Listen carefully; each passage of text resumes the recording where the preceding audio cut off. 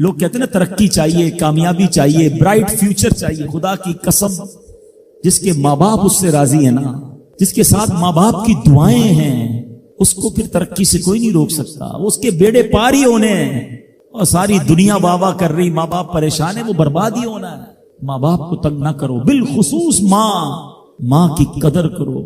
ماں کا کوئی نیبل بدل نہیں ہے. اور یہ دعا دے دے تو بندہ کدھر پہنچ جاتا ہے. اچھا پھر آج کل ایک اور ٹرینڈ چلا ہے، کسی بھی طرح کا زندگی میں مقام بڑھ گیا نا، مشہور ہو گیا، اب وہ ماں باپ پر بھی روب جما رہا ہوتا ہے. پتہ نہیں میں کتنا بڑا آدمی ہو گیا ہوں، اب میں آپ کی خدمت کہاں سے کروں گا بھائی، ٹائم ہی کہاں ہے میرے پاس.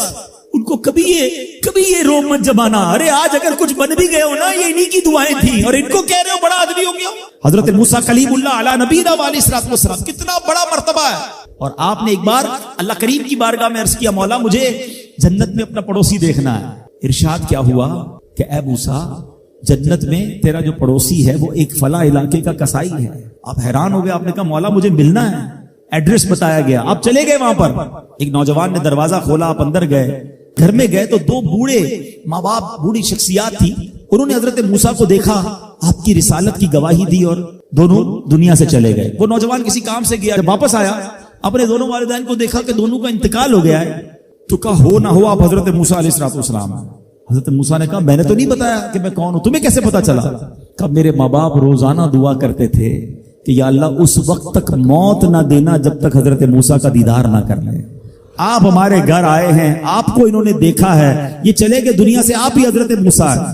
حضرت موسیٰ نے فرمایا بتاؤ کچھ اور بھی دعا کرتے تھے؟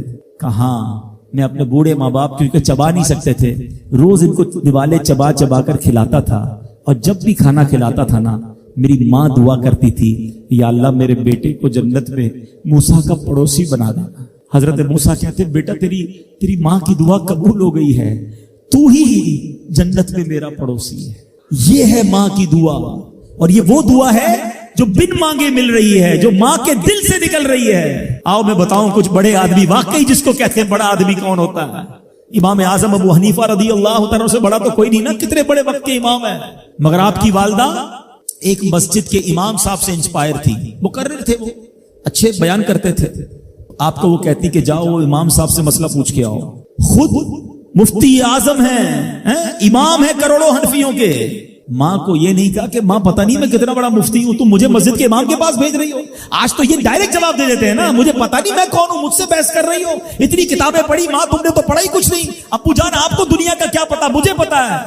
سنو امام اعظم، یہ ایسے نہیں بنتے بڑے لوگ. ماں کو کہتے ٹھیک ہے ماں، مسجد کے امام کے پاس جاتے، اس مقرر کے پاس جاتے. وہ کہتا حضور آپ مجھ سے مسئلہ پوچھنے آئے، آپ دنیا کو مسئلے بتاتے ہیں. کہ کیا کروں، ماں نے بھیجا ہے. کہ حضور جو آپ بتا رہے ہیں مجھے آپ ہی مسئلے کا جواب بتا دیں، وہی میری طرف سے ماں کو بھی بتا دیں. ایک بار ماں نے کہا کہ میں خود جا کر پوچھوں گی، پھر بھی امام اعظم نے منع نہیں کیا. اچھا کئی میل کا سفر تھا. امام ابو یوسف کہتے ہیں ہم نے خود دیکھا کوفہ کی گلیوں میں کہ امام اعظم اس خچر یا اس سواری کے لگام تھامے ہوئے ہیں، ماں اس پر سوار ہے اور وہ بازار میں اسے لے کے جا رہے ہیں. ماں کو یہ نہیں کہا کہ ماں تم مجھے تکلیف دے رہی ہو، وہ میرا شاگردوں کا بھی شاگرد ہے، اس کو کیا پتا جو مجھے پتا ہے. اللہ اکبر. ماں جاتی ہیں، مسئلہ پوچھتی ہیں، واپس آتی ہیں. امام اعظم ماں کو کچھ نہیں کہتے. یہ ہوتا ہے ماں کی فرما برداری. آج دیکھو دنیا ان کے گن گا رہی ہے. سیدنا بایزید بستامی رضی اللہ تعالیٰ عنہ، کتنا بڑا نام ہے، اولیاء کے سردار ہیں. دیکھو ماں کی خدمت کیسی کرتے تھے. آپ کی والدہ نے سردیوں کی رات تھی، سخت سردی کی رات، آپ سے پانی مانگا. حضرت بایزید بستامی ماں کے پاس پیالہ لے کر گئے تو ماں سو گئی تھی. ماں کے سرہانے پیالہ لے کر کھڑے رہے، رات بھر کھڑے رہے سخت سردی میں. پانی تھوڑا سا آپ کی انگلیوں پر گرا تو وہ پانی برف بن چکا تھا. ماں کی آنکھ کھلی، دیکھا بایزید بستامی بستر کے کنارے کھڑے ہیں. کہ بیٹا کیوں کھڑے ہو؟ کہ ماں آپ نے رات پانی مانگا تھا نا، اس لیے کھڑا رہا کہ نہ جانے کب آنکھ کھل جائے. اب جب پانی دینے کے لیے پیالہ الگ کیا نا تو وہ برف چمڑی سے چپک چکی تھی، تو جب وہ برف الگ ہوئی نا آج سے خون نکلنے لگا. حضرت بایزید بستامی رحمت اللہ تعالی کی ماں نے جب یہ دیکھا نا کہ بیٹا ساری رات کھڑا رہا اور اب اس کا ہاتھ بھی لہو لہان ہو گیا. حضرت بایزید بستامی کی ماں نے پتہ اس رات کیا دعا دی؟ کہتی یا اللہ میں اس سے راضی ہوں، تو بھی اس سے راضی ہو جا. دیکھو کیا مقام ملا، اولیاء کرام کے سردار بن گئے. یہ وہ دعائیں ہیں جو دل سے نکلتی ہیں. ماں باپ کی خدمت ایسی کرو. اب کہو نا کہ دل سے دعا نکلے. جب وہ دعا نکلے گی نا پھر وہ کام بننے آپ سوچ نہیں سکتے. کیا خوبصورت دین ہے ہمارا. ہم نے اپنے بچے کو دین کی طرف نہیں لگایا. اگر ہم بچے کو دین کی طرف لگا دیتے دین اس کو ہماری خدمت کی طرف لگا دیتا. ہم بچے کو قرآن و حدیث سکھاتے, قرآن و حدیث اس کو ہماری خدمت سکھا دیتے. ہم آج یہ جو تکلیف اٹھا رہے ہیں اس کی ایک وجہ یہ بھی ہے کہ بچہ ہم نے دین سے دور کر دیا. اگر آپ چاہتے ہیں کہ آپ کے بڑھاپے کا سہارا آپ کے بچے بنے, آپ کے مرنے کے بعد بھی آپ کے لیے صدقہ جاریہ بنے, تو آپ نے اپنے بچوں کو دین کی طرف لانا ہے. کچھ اولادیں وہ ہیں جن کی ماں باپ نے تربیت ایسی کی, ہم نہیں چاہتے, وہ خود رابطہ کر رہے ہوتے ہیں کہ ماں کا انتقال ہو گیا, یار کچھ کنواں کھدوانا ہے, کوئی مسجد بنانی ہے, کوئی مدرسے میں میری ماں کے لیے مجھے کچھ کرنا ہے. کیوں؟ ماں نے تربیت ایسی کی, والد نے تربیت ایسی کی, انہیں ماحول ایسا دیا کہ ماں باپ کے مرتے ہی انہیں فکر ہو گئی کہ میری ماں قبر میں اکیلی ہے, میرا والد قبر میں اکیلا ہے, اس نے روز مجھے کھانا کھلایا تھا, آج میں روز اسے ثواب پہنچانے کا کوئی انتظام کروں. یہ اس بچے کے دل میں خیال کیسے آیا؟ کیونکہ اللہ نے اسے اچھا ماحول عطا کیا, ماں باپ نے اس کو اس ماحول کی طرف بڑھایا. تو میں یہاں والدین سے گزارش کروں گا کہ خدارا اپنے بچوں کی ایسی تربیت کرو کہ بڑھاپے میں بھی تمہارا ساتھ دیں اور مرنے کے بعد بھی تمہارے لیے صدقہ جاریہ کا باعث بن جائیں. آپ کے بچے آپ کے قدموں میں رہیں گے اگر آپ نے بچوں کو دیندار بنا دیا. اللہ کرے یہ فارمولا سمجھ آ جائے نا. ہم سمجھتے بچہ میری بات مانے, میری کیوں نہیں مانتا. ارے پہلے سے اللہ رسول کی بات منانے والا بنا دو, یہ تمہاری بھی ماننے والا بن جائے گا. کیونکہ جب یہ جائے گا نا دین کی طرف, اسے قرآن ماں باپ کی طرف بھیجے گا, اسے حدیث ماں باپ کی طرف بھیجے گی, اسے علماء کرام ماں باپ کی طرف بھیجیں گے. ہم اس راستے پر بھیج دیں جہاں سے یہ بچہ مجھے واپس مل جائے. سورہ فاتحہ 100 مرتبہ پڑھ کر جو دعا مانگی جائے وہ قبول ہوتی ہے. سورہ بقرہ کی تلاوت سے شیطان گھر سے بھاگ جاتا ہے. آیت الکرسی پڑھنے سے محتاجی دور ہوتی ہے. سورہ کہف کو ہمیشہ پڑھنے والا دجال کے فتنوں سے محفوظ رہے گا. والدین کی قبر پر ہر جمعہ سورہ یاسین کی تلاوت کرنے سے اس کی حروف کی تعداد کے برابر ان کے گناہ بخش دیے جاتے ہیں. سورہ الدخان پڑھنے سے مشکل دور ہوتی ہے. جو قریب المرگ ہو اس پر سورہ جاسیہ کا دم کرنے سے خاتمہ بالخیر ہوتا ہے. سورہ حجرات کا پڑھنا اور دم کر کے پینا گھر میں خیر و برکت کے لیے مفید ہے. سورہ قاف پڑھنے سے جو باغ ہوتے ہیں ان کے پھلوں میں کثرت ہوتی ہے. سبحان اللہ. سورہ رحمان 11 بار پڑھنے سے تمام مقاصد پورے ہوتے ہیں. سورہ واقعہ جو شخص روزانہ پڑھے گا اسے کبھی فاقہ نہ ہوگا. سورہ ملک کو ہر رات پڑھنے والا عذاب قبر سے محفوظ رہے گا. سورہ مزمل کو 11 بار پڑھنے سے ہر مشکل آسان ہو جاتی ہے. سورہ مدثر کو پڑھ کر حفظ قرآن کی دعا مانگنے سے قرآن کریم کا یاد کرنا آسان ہو جاتا ہے. جو بچے حفظ کر رہے ہیں ان کے لیے زبردست وظیفہ ہے. سورہ النازعات پڑھنے سے جان کنی کی تکلیف نہیں ہوگی. سورہ دحا پڑھنے سے بھاگا ہوا آدمی واپس آ جائے گا. سورہ علم نشرح کو جس مال پر پڑھ دیا جائے اس میں خوب برکت ہوتی ہے. سورہ تین والزیتون جو ہے 3 مرتبہ پڑھنے سے اخلاق و کردار بہتر ہوتے ہیں. سورہ علق میں جوڑوں کے درد کا علاج ہے. سورہ قدر جو صبح و شام پڑھے اللہ عز و جل اس کی عزت بڑھا دے گا. سورہ بینہ برس اور یرکان کا علاج ہے. جس آدمی یا جانور کو نظر لگی ہو اس پر سورہ عادیات کا دم مفید ہے. سورہ قارعہ پڑھنے سے بلاؤں سے حفاظت رہتی ہے. سورہ تکاثر کو 300 بار پڑھنے سے جلد قرض ادا ہو جاتا ہے. کئی لوگ کہتے ہیں جناب قرض بہت ہے, چلے قرآن کا وظیفہ لے لیں. الہاکم التکاثر یہ جو سورت ہے 300 بار پڑھنے سے بہت جلد قرض اتر جاتا ہے. سورہ عصر پڑھنے سے غم دور ہو جاتا ہے. سورہ ہمزہ اور سورہ فیل دشمن کے شر سے حفاظت کے لیے اور سورہ قریش جان کی حفاظت کے لیے بڑی مجرب ہے, بڑا کمال کا وظیفہ ہے. سورہ ماعون بڑی مشکل کے وقت میں پڑھنا بہت مفید ہے. سورہ کوثر کی تلاوت سے بے اولاد صاحب اولاد ہو جاتا ہے. کئی بے اولاد بھی وظائف مانگ رہے ہوتے ہیں. سورہ کافرون 1/4 قرآن کے برابر ہے. سورہ زلزال نصف قرآن کے برابر ہے. سورہ اخلاص 1/3 قرآن کے برابر ہے. اور سورہ فلق اور سورہ ناس سے جن اور شیطان اور حاسدوں کے شر سے حفاظت رہتی ہے. پھر کیوں نہ ہم قرآن سے دوستی کر لیں, کیوں نہ قرآن کو اپنا ورد بنا لیں. اللہ چاہتا ہے کہ یہ بندہ اس رینک تک پہنچ جائے. اللہ اس پر آزمائش بھیجتا ہے تاکہ میرا بندہ صبر کر لے تو اس کو وہ مرتبہ عطا ہو جائے. ہائے ہائے, یعنی آزمائش مجھ پر میرے رینک بلند کرنے, میرے درجے بلند کرنے آئی, اور ہائے میری بے صبری کہ میں نے وہ سب ثواب ضائع کر دی. نہ کریں میرے پیارے اسلامی بھائی, مشکلیں آتی ہیں. اچھا پھر پتہ ہے پرابلم کیا ہے ہمارا؟ ایک اور بڑا ایشو ہے, ہم کسی کو مسکراتا دیکھتے ہیں, کسی کو اچھے کپڑے دیکھ لیتے ہیں, کسی کی بڑی گاڑیاں دیکھ لیتے ہیں, کسی کا بڑا گھر دیکھ لیتے ہیں, ہمیں لگتا ہے یار یہ کتنا مزے میں, یار میں ہی اکیلا پریشان ہوں. یہ آپ کی بھول ہے. ایک بات یاد رکھیے گا, زندگی کی گاڑی مسائل کے پہیوں پر ہی چلتی ہے. امیر کے مسئلے اور ہیں, غریب کے مسئلے اور ہیں. شہرت جس کو ملی ہے نا اس کے پرابلمز اور ہیں. جو غیر معروف ہے اس کی پرابلم اور ہے. زمانے میں ہر کسی کو کچھ نہ کچھ ایشو ضرور ہے. یہ نہ سمجھے کہ یار یہ اتنا مسکرا رہا ہے, کیا پتہ اس مسکراہٹ کے پیچھے کتنے دکھ چھپائے بیٹھا ہے. آپ یقین کریں, بلیو کریں, ایسا نہیں ہے کہ سب لوگ 100% خوشحال ہیں. پرابلم سب کے ساتھ ہوتے ہیں. میں کیا کیا بتاؤں آپ کو, ہمارے پاس تو لوگ دعائیں کروانے آتے ہیں نا, ایسی پرابلم بتاتے ہیں کہ پیروں سے زمین نکل جاتی ہے. بعض اوقات ہم اتنے بڑے گھر میں جاتے ہیں, اس کی گاڑیاں کروڑوں روپے کی کھڑی ہیں, ان سے ملاقات ہوئی, وہ کہتے ہیں حضرت آپ سے ایک الگ سے دعا کروانی ہے. جب وہ بیچارہ اپنا مسئلہ بتاتا ہے نا, ہمیں لگتا ہے یار ہمارا تو غم ہی کچھ نہیں ہے, کتنی بڑی آزمائش سے گزر رہا ہے, کتنی بڑی پرابلم سے گزر رہا ہے. میں آج کی آپ کو مثال دیتا ہوں. ایک ہمارے بہت اچھے بھائی تھے, آج سے کچھ عرصہ پہلے انہوں نے ہمیں ایک ماشاءاللہ پراپرٹی دعوت اسلامی کے لیے بچیوں کے مدرسے کے لیے دی, اور اس کے چند دنوں بعد ان کا وصال ہو گیا. ان کو بیچاروں کو کینسر تھا. میں ان کے گھر پہ دعا کرنے گیا. ان کے بیٹے نے مجھ سے جب گلے لگانا تو بیٹا رونے لگا.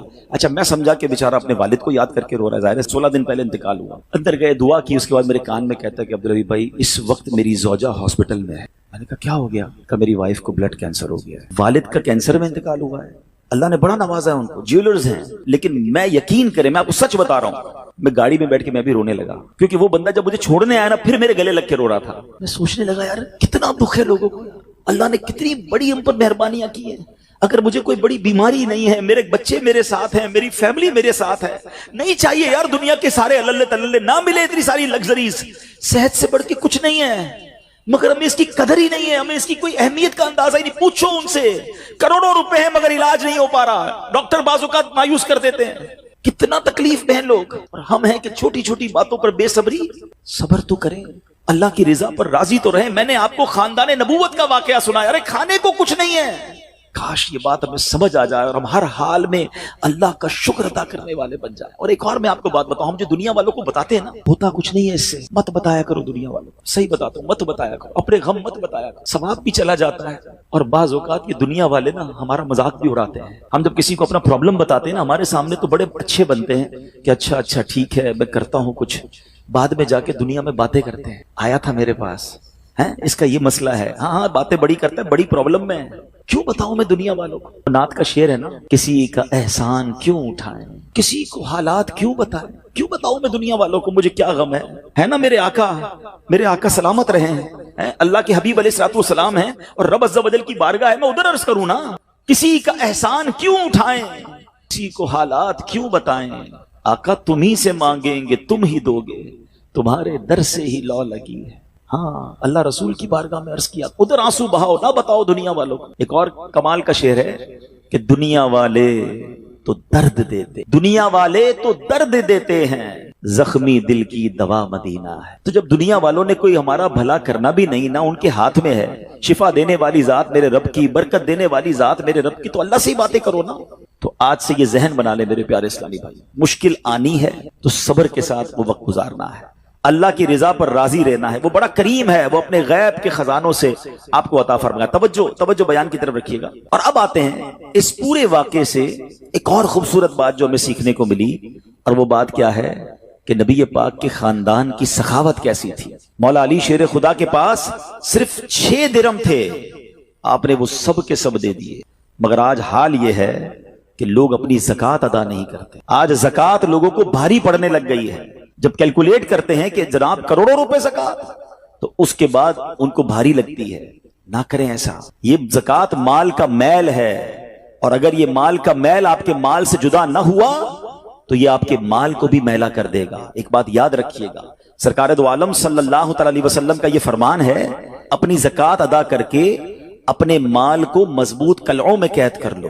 اگر میں اور آپ چاہتے ہیں نا کہ میری آپ کی پراپرٹی سیکیور رہے, ہمارے مال و اسباب سیکیور رہے, تو حدیث پاک میں تو فارمولہ موجود ہے کہ اپنے مال کو زکوٰۃ دے کر مضبوط قلعوں میں قید کر لو. لیکن یہاں زکوٰۃ دینے کے لیے تیار نہیں لوگ, لمسم نکال دیتے ہیں, کیلکولیٹ نہیں کرتے. یاد رکھیے یہ مال ہی عذاب بن جائے گا اگر آپ زکوٰۃ پوری ادا نہیں کرتے. اگر ہمارے پاکستان میں سارے سرمایہ دار کچھ نہ کریں, اپنی زکوٰۃ پوری ادا کر دیں, سارے زمیندار اپنی زکوٰۃ پوری ادا کر دیں, آپ اپنی آنکھوں سے دیکھیں گے کہ غربت کتنی جلدی ختم ہوتی چلی جا رہی ہے. میں نے ایک بار کیلکولیشن کی, ذرا سنیے گا. پاکستان زرعی ملک ہے, ٹھیک ہے, اور اس کی زراعت کی جو کیلکولیشن ہے وہ انٹرنیٹ پر موجود ہے. You can search your self. آپ چیک کر لیں کہ 2023 میں پاکستان کی ٹاپ 20 کراپس کون کون سی ہوئی ہیں. آپ انٹرنیٹ پر خود ڈھونڈ لیں, آپ کے سامنے اس کراپ کی کیلکولیشن بھی آ جائے گی کہ اتنے ملین ٹن, اتنے جناب کروڑ